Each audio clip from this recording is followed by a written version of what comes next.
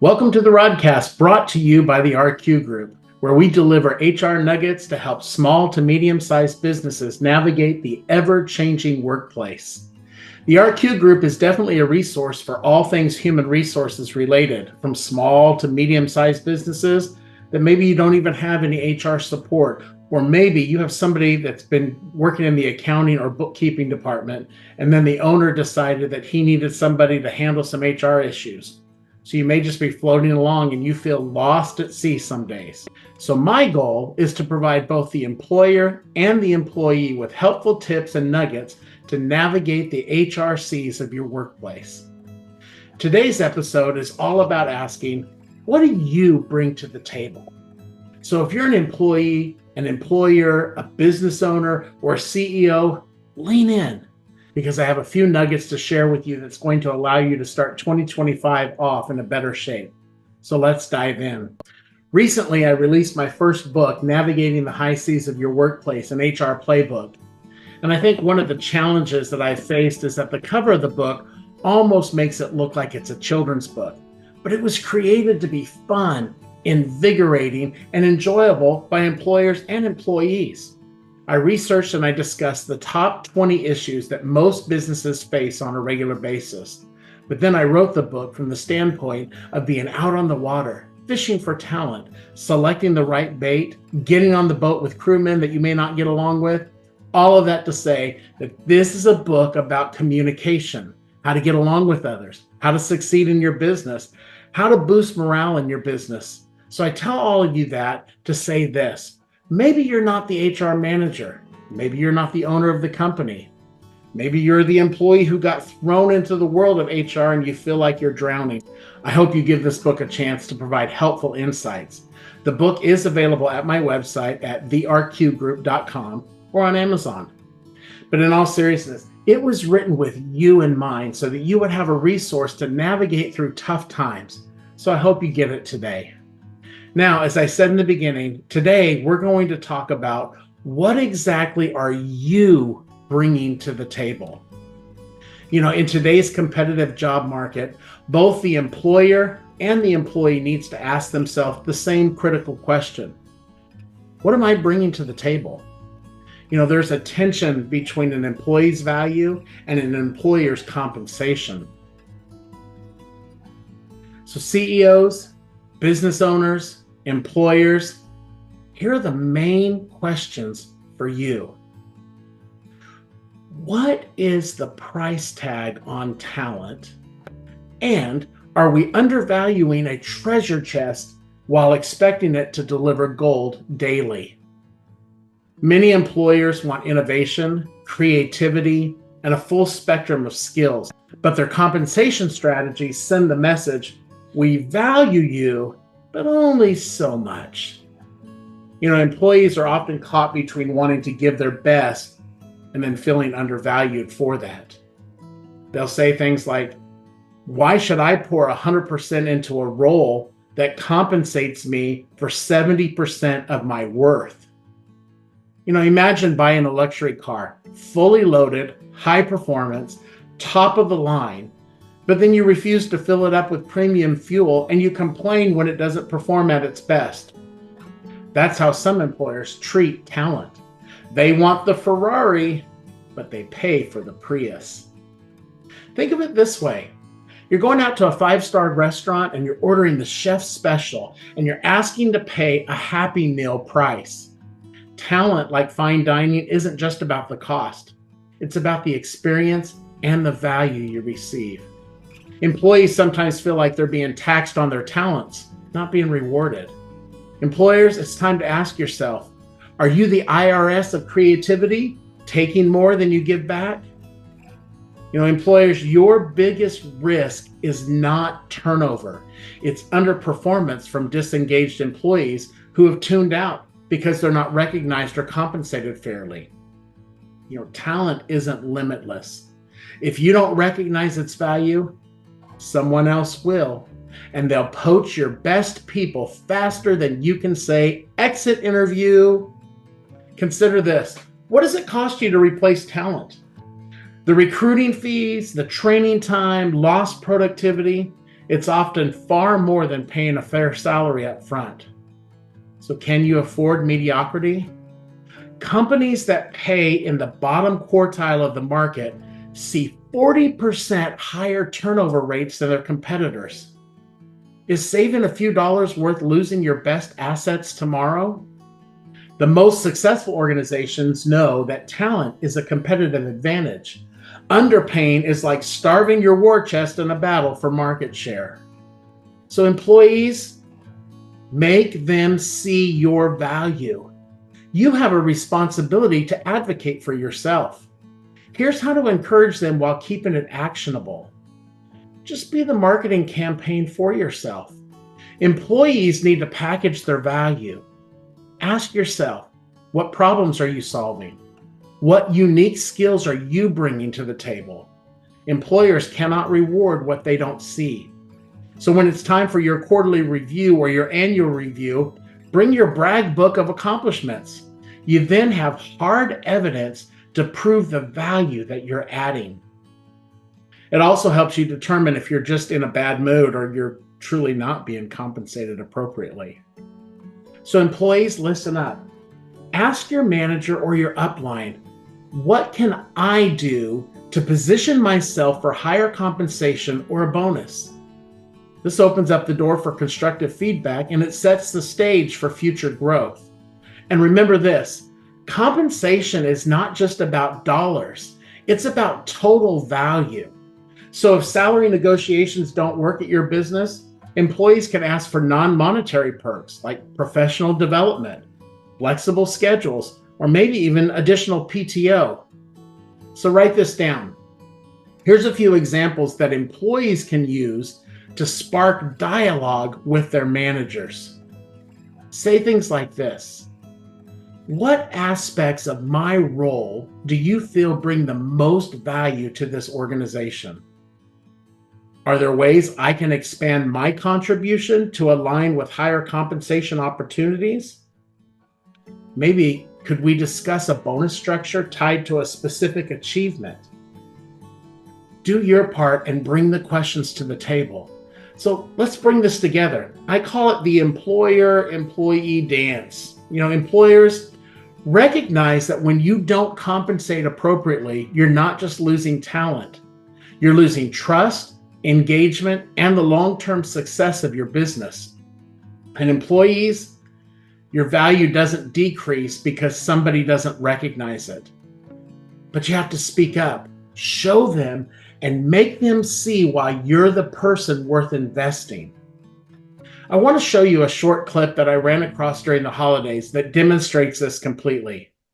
Take a look. Thank you so much for coming in. I am so excited to interview you for this position. You come highly recommended. Well, that's great. I love to hear that I'm highly recommended, and I'm honored to be here for this interview. I've already sort of gone over your resume, and you're everything we've been looking for. There's just one thing we need to discuss. Under salary, you listed that you would settle for no less than $95K. That's a little over what we're willing to pay for this position. That's okay. What do you mean though? What do you mean it's okay? Like, do you accept the job? I'm willing to negotiate. So let me know which qualifications you want me to exclude from my resume, and then we'll start over, and then you can let me know what you're willing to pay me for the qualifications that remain.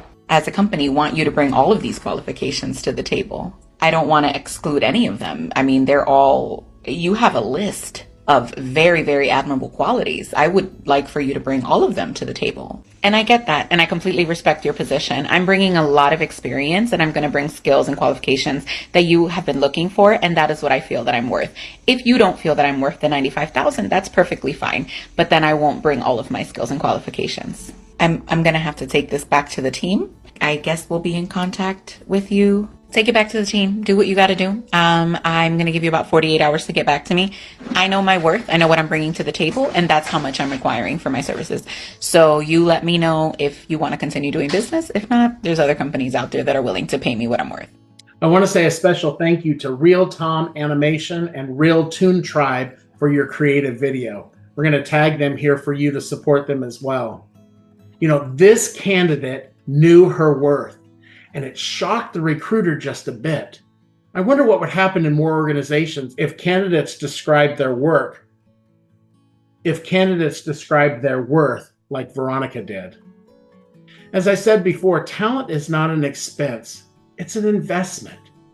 Undercompensated employees will lead to disengagement and turnover. And unfortunately, a lot of employers will tend to view disengagement and turnover as attitude issues, when it's truly an issue of undercompensation. Let's face it, the economy and inflation is hitting all of us, not just your business, all of us. When there's a mismatch in compensation, trust is eroded and it damages long-term employer-employee relationships. So what can be done to get rid of this inequity? Well, first off, employers, you need to define your salary bands and your salary grades. When was the last time you took a look at those bands and those grades? Everything has changed in the last 5 years.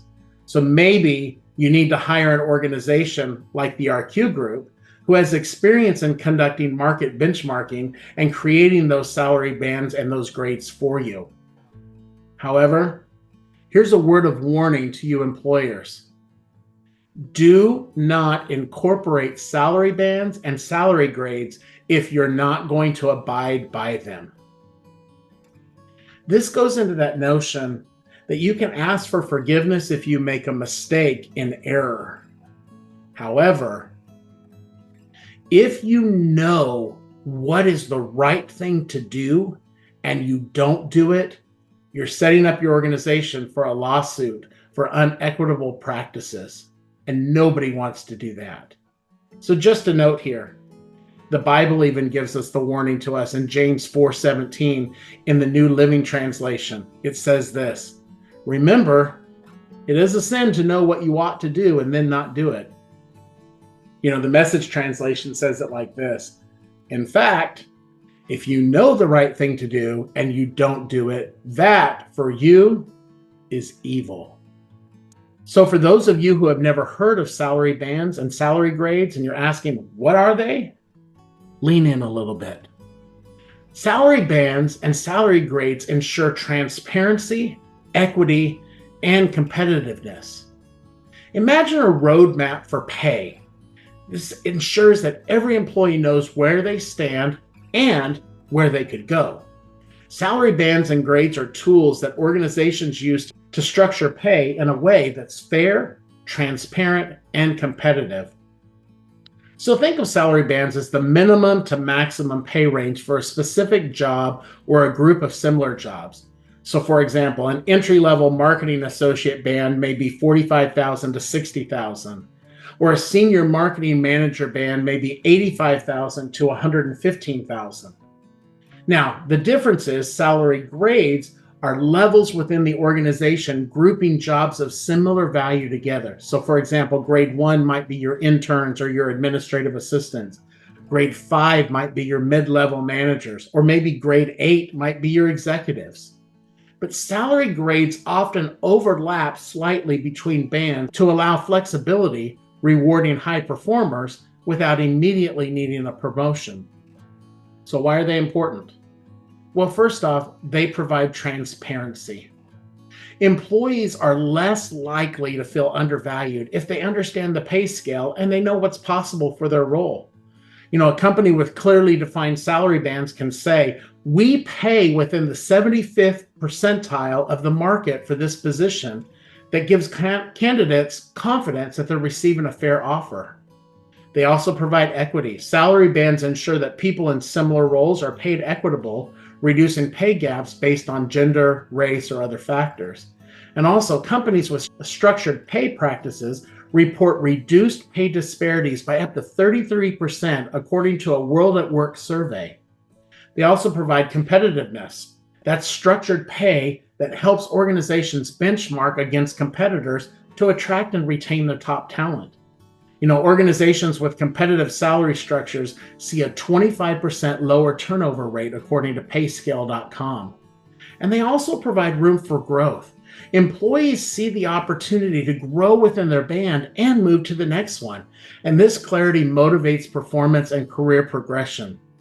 A high-performing team leader knows that at the upper end of their salary band, they can then discuss what their promotions will be confidently. So to help you visualize this, think of salary bands as kind of a restaurant menu. You know the price range for each item, and within that range, you can really customize. Maybe you want extra guacamole for your burrito or bonus perks for top performers. It's all within the price band. And salary grades are like floors of a building. Each grade is a floor, and the salary bands are the staircases between them. Employees can climb the stairs based on performance, skill development, or even types of promotions. So are there companies successfully using salary bands? I'm glad you asked. Here's 3 different companies that are so familiar to you. The first one, Google. They use salary bands to stay competitive. They benchmark their roles against the tech industry, and they set ranges so they're paying in the top 90th percentile, ensuring they attract top talent. Starbucks, they use pay grades across all stores. A barista has a pay range that overlaps slightly with a shift supervisor, giving employees motivation to develop and grow within their company. Walmart is another company. They use salary bands to help them balance cost control with competitive wages. So for example, a store manager's pay range allows flexibility for high-performing managers in smaller markets to earn similarly to those in the high-demand areas. So how does your organization build a salary band or a salary grade system? Well, first off, you call me at the RQ Group and you engage our services. Our Chief Human Resources Officers have experience in benchmarking and creating grades and bands. Let us do the work for you. But if you decide to do it yourself, here's a few things that you're going to have to do. You're going to have to do market benchmarking.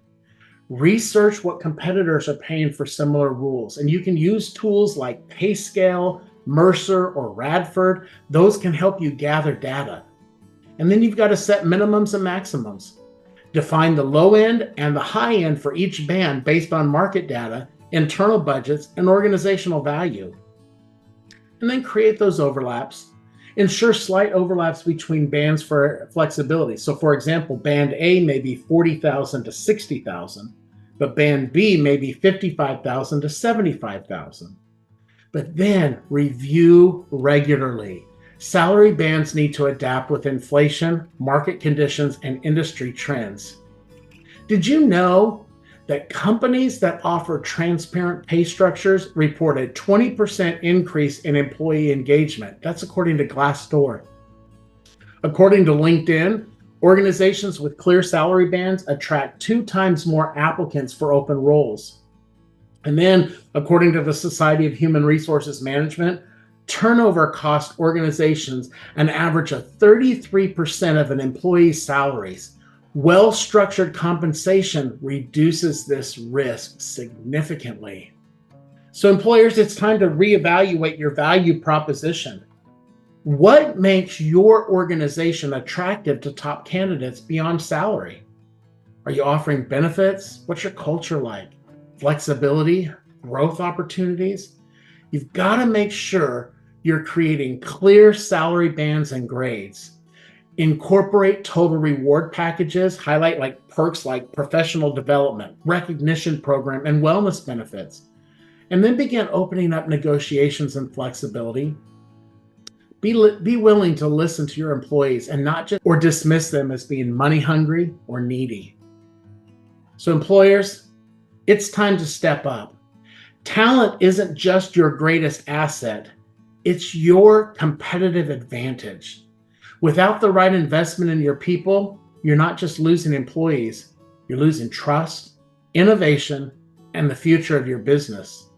So here's your challenge if you choose. Evaluate your current compensation structure. Is it fair, transparent, competitive? If not, take the first step towards change. Conduct a salary review or call the RQ Group to help you build salary bands and grades tailored to your organization. And then ask yourself, are we paying for what we expect to get? Are we communicating the value of our total compensation package to our employees? These are the questions that will set you apart in a tight labor market. And then invest in total rewards. Like I said, compensation isn't just about dollars. It's about creating a workplace where employees feel seen, valued, and motivated to give their best. Now, employees, here's your task. Own your value. Know what you bring to the table and articulate it. Keep that brag book that I talked about of all your accomplishments and be ready to present it. Start off your conversations with your manager and say things like, what steps can I take to align with higher compensation? Or how can we discuss performance-based bonuses tied to specific achievements? And remember, compensation is about the full package. Advocate for professional development, flexible schedules, PTO. If the financial raises aren't immediately possible, get creative. Let's tie it all together with this simple truth. Compensation isn't just about the money. It's about relationships, trust, and growth.